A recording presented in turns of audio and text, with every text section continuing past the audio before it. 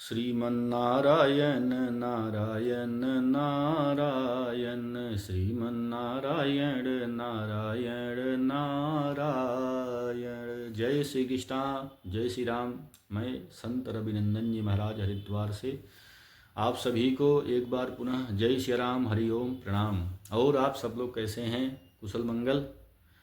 परमात्मा से विशेष हमारी प्रार्थना रहती है कि हे परमात्मा, जो भी वीडियो के माध्यम से जुड़ते हैं सबके परिवार में सुख समृद्धि और खुशियाँ प्रदान करना। अच्छा, सबसे बड़ी बात आज इस पे चर्चा करते हैं कि सबसे बड़ी बात आज देखा गया है कि घर में जब तक बेटा होता है तब तक कोई कलह नहीं होती है, परपंच नहीं होता या कोई प्रकार की झगड़ लड़ाई चालू नहीं होते। सब आपस में भाई बहन सब लोग, माँ बाप सब बड़े अच्छे से रहते हैं। और जैसे ही बालक या बालक सयाना होता है, बालिका की मान लो लड़की कन्या की शादी कर दी तो अपने घर चली जाती है। लेकिन जैसे ही बालक यानी लड़के का अपने आप ने शादी किया पुत्र का और पुत्र वधू ले आए, पुत्र वधू आते ही लोगों की न जाने कैसी संकीर्ण मानसिकता हो जाती है कि धीरे धीरे धीरे एक बहू आने से पूरा कलह बनता चला जाता है। कारण क्या है? कारण आज जो समय चल रहा है, पुराने सोच के, पुराने विचारधारा के माँ बाप हैं या सासू कह लें, और आज की मॉडर्न बहुएं हैं, है ना, जो दोनों तरफ से सामंजस्य नहीं बनने के कारण परिवार में जो बट रहा है, अलग हो रहे हैं परिवार, कारण ये सबसे बड़ा है। तो मेरा निवेदन है कि जब भी पुत्र वधू आए तो जो सासू माँ है ना, माता वर्ग हैं, उनको भी समझना चाहिए।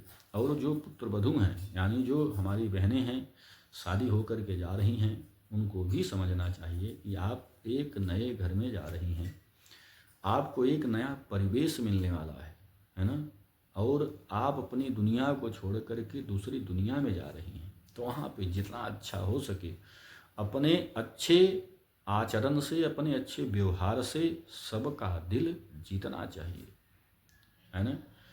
और जितना हो सके आप खूब काम करिए, मोबाइल या दुनिया की परपंच या माँ बाप के अपने यहाँ जितना हो सके कम बात करें। कारण ये भी है कि आप लोग आज ज़्यादा अपने मायके से लगाव रखते हो। मायका ठीक है, हमेशा जीवन भर मायका साथ नहीं देने वाला, साथ भी देगा।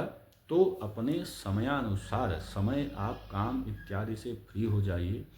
जब आपके पास समय हो तो आप अपने मायके में फ़ोन लगा करके बात करिए। और मायके वालों से भी मेरी निवेदन है कि ज़्यादा बेटी के घर में या दुनियादारी से, उनकी घर में क्या है, कैसे चल रहा है, क्या नहीं, यह तो एक कन्या को पहले बताना नहीं चाहिए। और दूसरा, कन्या पक्ष वालों को ससुराल पक्ष में फ़ोन करके यह जानकारी लेनी भी नहीं चाहिए ज़्यादा, है ना।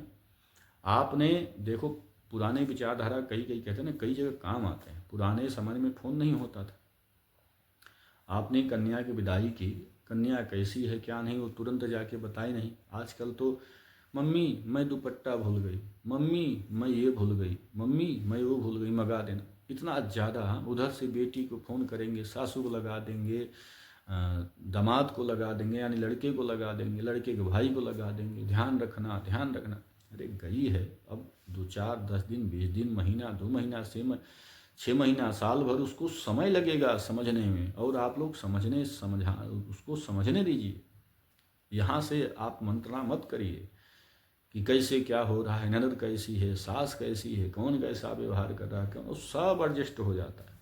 लेकिन हाँ, पंप इधर से देंगे ना तो वो और ज़्यादा आक्रोश में बढ़ता चला जाता है। हाँ, अरे सास ने ये कह दिया, गहने तुमने क्यों कर लिया, ऐसा तुमने क्यों कर लिया, वैसा तुमने क्यों कर लिया, अच्छा जेठ जी ऐसा बोल दिए, देवरानी ऐसा बोल दी, ननद ने ऐसा कर दिया। अब आप भी, लड़की भी पता चला, मम्मी मेरी ननद छोटी इतनी खतरनाक है, ऐसे कर दी है, ऐसे बोलती है, ऐसे करती है। ये सब परपंच है।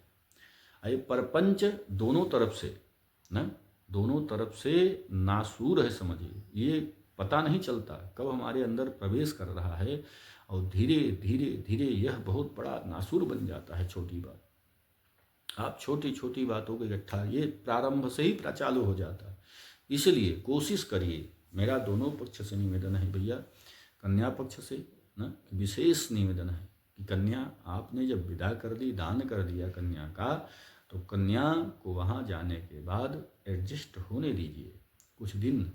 ठीक है, हाल चाल ले लीजिए, ठीक है। अब दुनिया भर के परपंच नहीं कहने, तुम कौन से दराज में रखी हो, साड़ी कैसे रखी हो, कपड़े कहाँ रखती हो, खाना कब बनता है, कब खाती हो, दूध मिलता है कि नहीं मिलता। अरे हो सकता है वहाँ दूध न होता हो, तो क्या ज़बरदस्ती पिलवाओगी? नहीं, जैसा है वो ढलने दीजिए। आप अपने यहाँ पाले, लाड प्यार से आपने बहुत अच्छा किया, पाला पोसा, एक न एक दिन जाना तो ही कन्या को। कितनी जगह तलाश करता है कि वर अच्छा मिले, वर अच्छा मिले, वर अच्छा मिले, है ना। लड़के की तलाश करते हैं, जब शादी हो जाती है, शादी करके कन्या ससुराल गई तो वहाँ भी पीछे पड़े हैं। तो मेरी विशेष निवेदन है ना, कि नहीं, ये सबसे बड़ा कलह का कारण आज बन रहा है, जो कन्या पक्ष ससुराल पक्ष में ज़्यादा इन्वॉल्व हो रहे हैं। और मेरी विशेषता नई नई बहुरियों, नई बेटियों बहनों को मेरी विशेष निवेदन है कि आप भी छोटी छोटी बातों को लेकर के, यहाँ की बात वहाँ, वहाँ की बात वहाँ, ये तो सत्य है कि भाई स्त्री के पेट में बातें बहुत कम पचती हैं।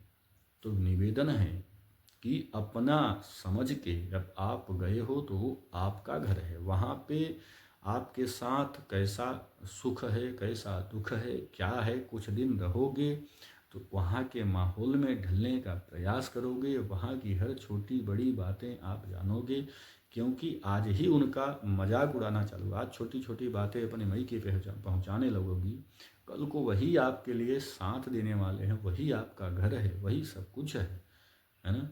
नया घर है, आपको एडजस्ट करना है, आपको उसमें अपने आप को ढालना है, आपको संवारना है, आपको बना के चलना है ना। और दूसरा, मैं भाई कन्या पक्ष वालों को, ससुराल पक्ष वालों को विशेष निवेदन करूंगा, भर जो लड़के होते हैं आजकल विशेष लोग करने लगते क्या हैं कि स्त्री के ऊपर बहुत ज़्यादा, स्त्री के चरित्र के ऊपर ऐसे प्रश्न उठाने लगते हैं, वहाँ बहुत ज़्यादा क्रोध आती है ऐसी जगह कि तुम्हारा दोस्त कौन था, तुम्हारा बॉय, अरे छोड़ो ना यार, ये सब चीज़ें तो पहले पता करने की थी ना। कब कर लेते पहले पता, तब क्या कर रहे थे? जब यही सब बातें करनी थी तो बोल देते भाई, लड़की से बात करनी, पूछ लेते। होने के बाद, शादी होने के बाद यहाँ चालू करो, वो किससे बात कर रही है, किससे नहीं कर रही, उसको भी तो समझने का मौका दो, सोचने का मौका दो। हो सकता है उसका भाई हो, भाई के बगल में, क्या लड़की लड़के के गांव में बोलते नहीं थे, बात नहीं करते थे, अब गए हैं, हो सकता है कोई जानने वाला हो, हाल चाल ले रहा हो, स्टूडेंट पढ़ाई लिखाई करते थे या जो भी करते थे, ऐसा नहीं है कि गलत ही को हर कोई होगा, है ना। और गलत न भी होते हुए भी शंका ना, हिंदू मरे शंका से। शंका एक ऐसी चीज है, आदमी को मार डालती है। अगर शंका घर कर गई, अंदर प्रवेश कर गई, तो शंका ले डूबता है। इसलिए विशेष निवेदन है भाई, वर पक्ष के जो शादी नई नई करते हैं आप लोग, तो विशेष निवेदन ये करिए कि कन्या से, या कन्या को भी, दोनों को, यानी नवयोग जो जोड़ी हैं, दोनों से निवेदन यह है कि न आप ऐसे प्रश्न करें उनके पिछले जीवन से, न तो आप ही अपने उनके पिछले जीवन से प्रश्न करिए कि आप कैसे थे। आप बताएंगे जो चीज़ें हैं वही तो बताया जाएगा। अब ज़बरदस्ती पूछोगे तुम्हारा कितने बॉयफ्रेंड था, या तुम पूछोगी कितने तुम्हारे गर्लफ्रेंड थे, कहाँ जाते थे, क्या करते थे, वो तो उनकी पिछली जीवन थी, अब उन्होंने गुजार चुका है ना। अब आप लोग एक नया जीवन आरंभ करने वाले हो, तो आगे के लिए ऐसा आपस में प्रेम बनाकर चलिए कि न लड़का किसी पराये की तरफ जाए और न ही लड़की किसी पराई की तरफ जाए। शादी होने के बाद, मांगलिक जीवन प्रारंभ करने के बाद आपस में सामंजस्य और प्रेम बनाकर चलने में ही फायदा है ना। एक दूसरे के ऊपर प्रारंभ में ही छीटाकशी करना प्रारंभ कर देंगे तो सबसे बड़ा कारण यह भी है कि जो आज फूट हो रही है, सबसे बड़ा कारण यह भी है ना। खोद खोद के पूछेंगे एक दूसरे से, उसका क्यों फ़ोन आया, उसका क्यों ऐसा बात कर रही हो, क्यों हंस रही है, या वो क्यों हंस रहा है, उसने ऐसे तुमसे बात क्यों की, उन्हें तुम्हारे मोबाइल में मैसेज क्यों की। ये तमाम प्रकार की जो गंदगी है, ये सब जो गंदगी हम रखते हैं, ये गंदगी कहीं न कहीं एक दिन ऐसा जाके बम के फूटता है, यह कलह, वहीं से कलह पैदा हो जाता है, चालू हो जाता है। फिर धीरे धीरे धीरे बड़े लोगों तक पहुंचती है, और बड़े लोगों तक पहुंचने का मतलब वो बहुत बड़ा एक तूफान बन जाएगा, प्रपंच बन जाएगा, है ना। घर में ही राजनीति चालू हो जाएगी। तो इतनी ज़्यादा धीरे धीरे बात बन जाएगी, लड़का लड़की को नहीं देखना चाहेगा, लड़की लड़के को देखना नहीं चाहे। तो होता क्या है कि आखिरकार बात कुछ नहीं है ना। और अंदर ही अंदर अंदर घुटते घुटते घुटते घुटते दोनों में गुप्पा गुप्पी हो गई, फुल गई, न वो उससे बात कर रहा है न उससे बात कर रही है। होता क्या है, आखिर आके तलाक।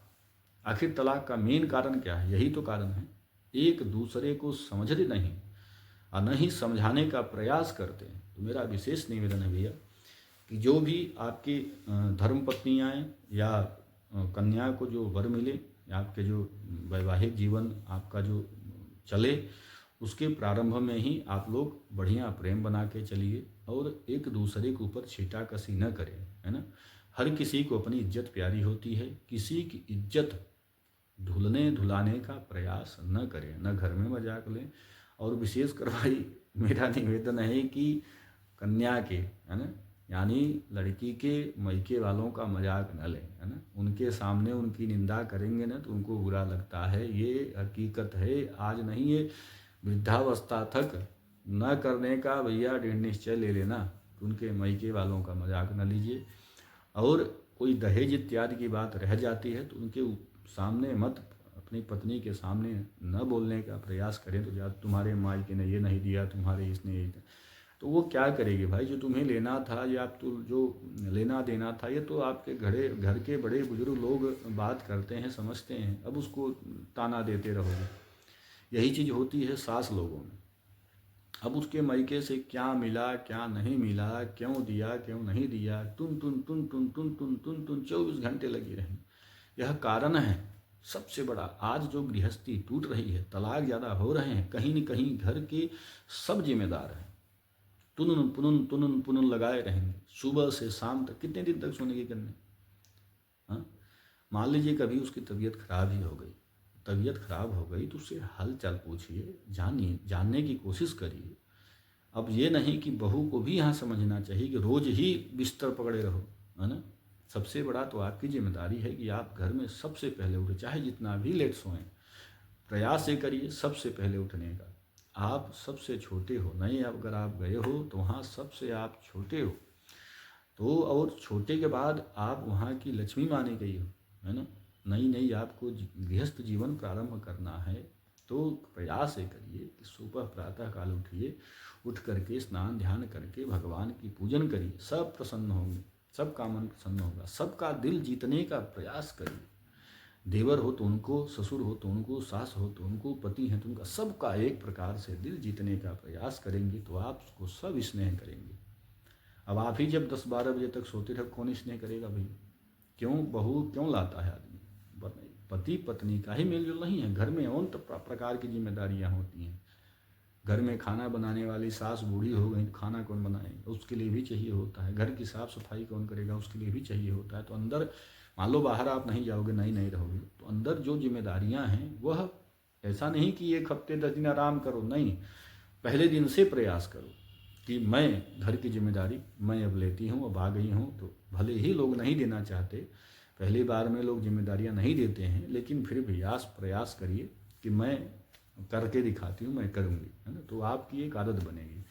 और कोशिश करिएगा कि छोटी छोटी बातों को लेकर, मैं मम्मी चाय बना रही तुरंत फूल लग गया, मम्मी चाय बना रही, मम्मी मेरी सास ने कहता, ऐसा नहीं, दूर रहिए। निवेदन है विशेष, है। मम्मी वहाँ से चाय बनाने नहीं आएंगी, मम्मी वहाँ से आपके घर में झाड़ू नहीं लगाने आएंगी, मम्मी आपकी वहाँ से देखने करने नहीं आएंगी, करना आपको ही है। इसलिए विशेष निवेदन है, घर गृहस्थी बिगड़ने का सबसे बड़ा कारण हम स्वतः हैं, हमारा मैका, हमारा अपना ससुराल, दोनों पक्ष से मेरे निवेदन है ना। जो कमियां हैं, ऐसे ही सासू माँ जो होंगी तो उनसे भी निवेदन है कि जो भी सासू होती होंगी उनको भैया विशेष निवेदन, पीछे मत पड़ी रहे बहुओं को।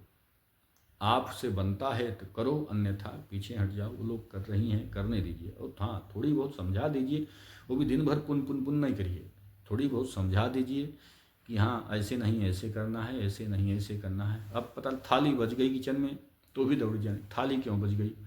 दूध कम हो गया तो उसके लिए भी, अरे दूध आया था कहाँ चला गया, अरे दूध कोई कारण चाय वाय बना होगा, कोई आया होगा, किसी कारण बस गिर गया, कुछ कारण हो सकता है, कहीं न कहीं छोटी छोटी बातों के लिए नमक ज़्यादा हो गया, क्यों हो गया, हाँ ऐसे बनाते हो ऐसे बनाते हो, या तो समझाओ खड़े होकर, न जाके किचन में 2-4-10 दिन उसको उनको ट्रेनिंग दीजिए, हो सकता है न बना भाई, नहीं नहीं आजकल की ज़्यादातर बालिका कन्याएं जो होती हैं, बहनें होती हैं, वो ज़्यादा पढ़ाई लिखाई करती हैं, समय नहीं दे पाती हैं खाना इत्यादि बनाने में, तो उनको एक बार समय लगेगा, तो समझाने का प्रयास करिए कि भाई जा कर के उनके साथ लग जाइए, बनाइए। और ये भी ध्यान रखिएगा कि हर बात, दिन भर की बात जो होगी, अब आप शाम को मान लीजिए आपका बेटा कहीं बाहर गया ना, आते ही तुरंत सासू माँ या बहू दोनों फूले बैठे हैं, वो उससे नहीं बोल रही, उससे नहीं बोल रही, आते ही सासू माँ, अरे तो हाँ तो भैया जो ना गई हैं, ऐसे कर रही हैं, वैसे कर रही हैं, ऐसे कर दी, वैसे कर दी हैं, तमाम प्रकार दिन भर की जो प्रपंच है, आते ही तुरंत धड़ाम फूल दिया लड़का मुँह फुला के गया अंदर, अब अंदर गया तो गर्म चाय बन के, हाँ क्यों तुमने मेरी माँ को ऐसे कह दिया, वैसे परपंचों से दूर रहो, है ना, जो हुआ हंस के मुस्कुरा के टाल दो, न उनको कहो न उनको कहो। अब बीच में किसी का एक पक्ष लोगे तो वहाँ भी टूटने का कारण होता है। इसलिए जो नई नई शादी होती है, विशेष भाइयों से निवेदन है मेरा कि आप लोग भी ध्यान दिया करिए, है ना, छोटी छोटी बातों को लेकर दोनों पक्ष को समझाने का प्रयास करिए ना। ठीक है, घर पर पंच में ज़्यादा बोल दिया आज मैंने, आप लोग भी सोचेंगे। तो विशेष निवेदन है भैया, सभी को मैं समझाने का एक प्रकार से प्रयास कर रहा हूँ कि घर गृहस्थी को बचा के चलिए, बड़ा अच्छा होता है घर परिवार में जब एक सब होते हैं, है ना, अच्छा लगता है। आज के माहौल को देखते हुए मैंने बोला है, कोई गलती हो तो भाई क्षमा चाहता हूँ। और फिर अगली वीडियो मुलाकात होगी। मेरा नंबर है 9760805583। मैं हरिद्वार में रहता हूँ। किसी को कुंडली इत्यादि जानकारी करानी हो, श्री राम कथा, भागवत कथा, देवी भागवत कथा, शिव पुराण कथा, कोई भी पूजा पाठ, हवन यज्ञ इत्यादि के लिए संपर्क करना हो, नज़र टोना भूत प्रेत इत्यादि से संपर्क करना, पूछना हो, झाड़ कराना हो, तो आप सभी संपर्क कर सकते हैं। ठीक है, तब तक के लिए अपना ख्याल रखिए। जय श्री राम, हरि ओम।